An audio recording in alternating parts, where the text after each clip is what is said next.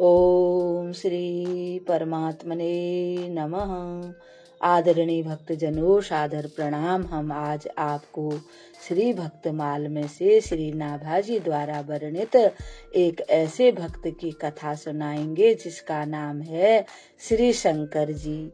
श्री गणेशाय नमः, श्री सरस्वत्यै नमः, श्री सद्गुरुदेवाय नमः।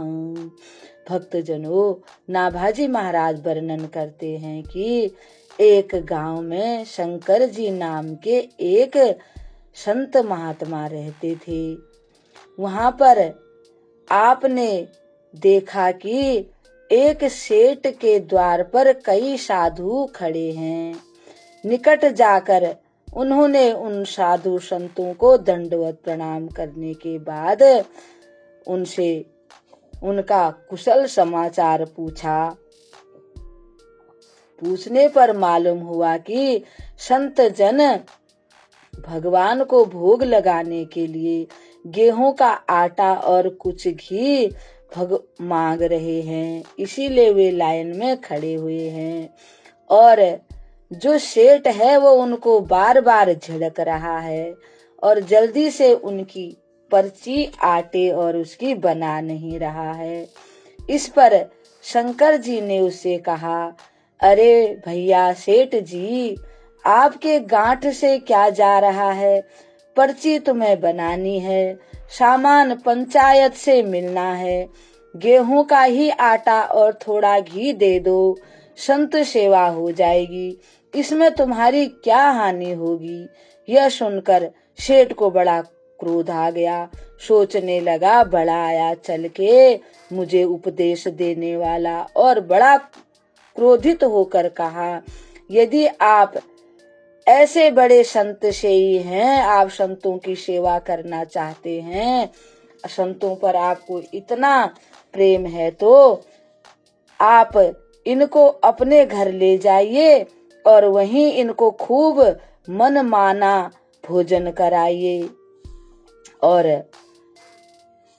यहाँ जो हमारे लिए बातें बना रहे हो। यह सुनकर उनको बड़ा आश्चर्य हुआ और उन्होंने मन में ठान लिया कि अब जो भी हो मैं संतों को अपने घर ले जाऊंगा। वे संतों से हाथ जोड़कर प्रार्थना करने लगे, विनती करके कहा, हे संत जनों, हे भगवान, आप लोग मेरे घर चलिए।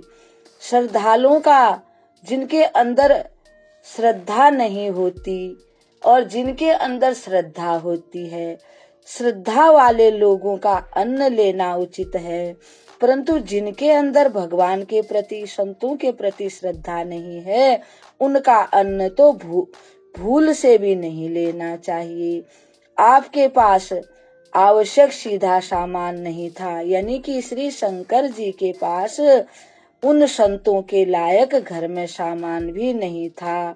इसलिए घर का उन्होंने सामान बेचकर संतों की सेवा के लिए जिस जिस सामान की जरूरत थी वह लेकर के आए। बड़े प्रेम से उन्होंने संतों को दिया।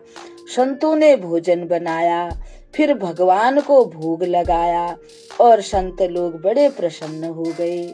संतों के प्रसन्न होने से ही अब शंकर जी पर भगवान भी बड़े प्रसन्न हो गए और भगवान ने एक वैश्य का रूप धारण कर लिया और उनके पास आए, यानी शंकर जी के पास आए और एक सुंदर कलश में सुंदर सोने की मोहरें भर करके लाए और उन्हें देते हुए बोले कि हमें प्रभु की आज्ञा हुई है कि आप संतों के बड़े प्रेमी हो, संतों की सेवा करना आपको अच्छा लगता है, संतों के लिए ही मैं ये धन लाया हूँ, आप इसे स्वीकार करें। ऐसा कहकर जैसे ही उन्होंने श्री शंकर जी के हाथ में वो कलश दिया, मोहरों से भरा हुआ, तुरंत अंतर ध्यान हो गए। अब तो शंकर जी समझ गए कि ये तो साक्षात भगवान ही थे। किसी वैश्य का रूप बना करके आए और भगवान को बार बार प्रणाम करने लगे और संतों में ही भगवान का रूप देखने लगे। और भगवान ने जो संतों की सेवा का उपदेश किया था कि आप संतों की सेवा इसी प्रकार से करते रहिए, आपको धन की कोई कमी नहीं होगी। और भगवान की आज्ञा का पालन करते हुए संतों की खूब तन मन धन से सेवा करने लगे। अब ऐसे संत को प्रणाम करते हुए भक्तजनों, हम इस कथा को यहीं पर विराम देते हैं। कल आपको एक और सुंदर कथा सुनाएंगे। तब तक के लिए प्रणाम। ओम श्री परमात्मने नमः।